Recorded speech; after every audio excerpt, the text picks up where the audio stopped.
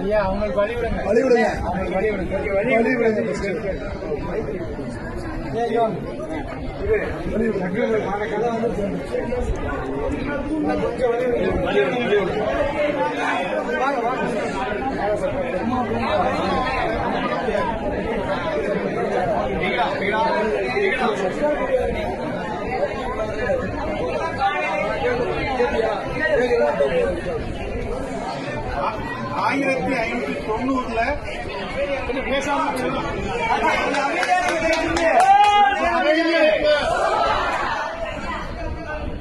ஆயிரத்தி 590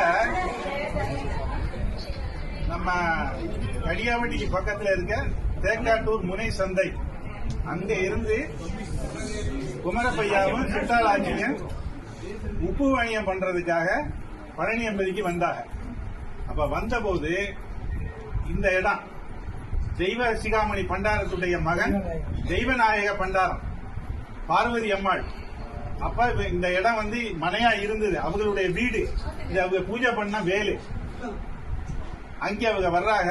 வந்து உப்பு வியாபாரம் பண்ணோன்னு மகமை எடுக்கிறாங்க. நம்ம நகரத்தாருடைய மரபு உடனே அன்னதானம் பண்ணோம். ஆகையினால பார்வதி அம்மாள்கிட்ட சொல்லி அந்த மகமையை கொடுத்து எங்களுக்கு இங்க அன்னதானம் பண்ணணும் அப்படின்னு சொல்றாங்க. அதுதான் இப்ப நடக்குது. இந்த வேலுக்கு முன்னாடி அந்த பார்வதி அம்மாள் வந்து சமைச்சு இந்த வேலுக்கு முன்னாடி பள்ளையம் போட்டு வந்து இந்த இது தொடங்குது, இந்த தர்மம் தொடங்குது. அதுக்கப்புறம் தான் சாமியை வந்து பின்னாடி அன்னதானம் கட்டையில அங்க பிரதிஷ்டை பண்றாங்க. இது வந்து நம்ம அவருடைய வீடு, தேசியர்களுடைய வீடு. இப்ப அவங்க வந்து 13 தலைமுறையா இந்த சாமிக்கு இந்த இதுக்கு தொண்டு செய்து வருகிறார்கள். இதெல்லாம் வந்து 13வது தலைமுறை. அவங்க பெரியவங்க 12வது தலைமுறை, இவங்க 13வது தலைமுறை. இது வந்து தர்மம் தான், இது சொத்து கிடையாது. ஆகையினால இவர்கள்லாம் வந்து பழனியாண்டவருக்கே, அதாவது கவர்மெண்ட் எடுத்து இது குறுக்களை போடுறதுக்கு முன்னாடி இவர்கள் தான் பழனியாண்டவரை தொட்டு அபிஷேகம் பண்ணவங்க.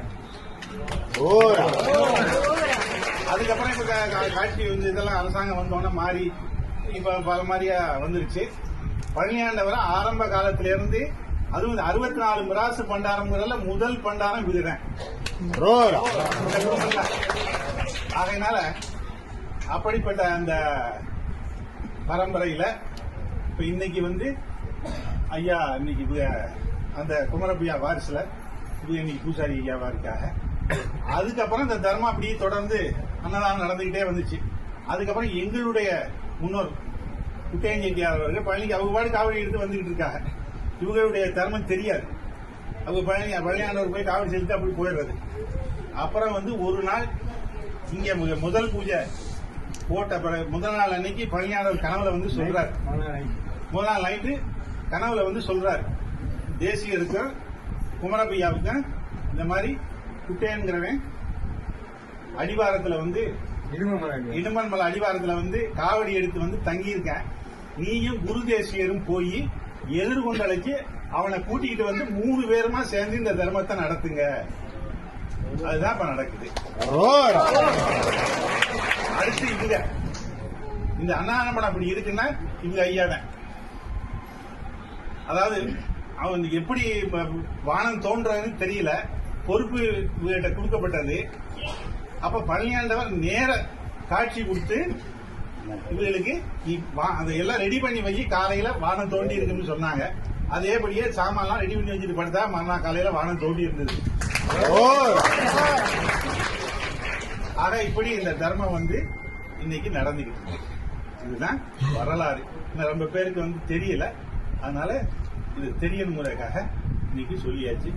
அடுத்து இப்ப இவ்வளவு நாளும் நகரத்தார் காலாஞ்சி ஆரம்பத்தில் கொடுத்து வந்தது, அதை இப்ப விட்டாச்சு. இப்ப எல்லாருடைய கோரிக்கைகளையும் ஏற்று இன்றையிலிருந்து நகரத்தார் காலாஞ்சி கொடுக்கப்படுகிறது. 9 பூஜை இருக்கு, 9 வேளை பூஜை இருக்கு. ஒவ்வொரு வேளைக்கும் ஒவ்வொரு கோயிலுக்கு மரியாதை. அந்த கோயில்ல யாரு பெரியவங்களோ அவங்க வந்து காலாஞ்சி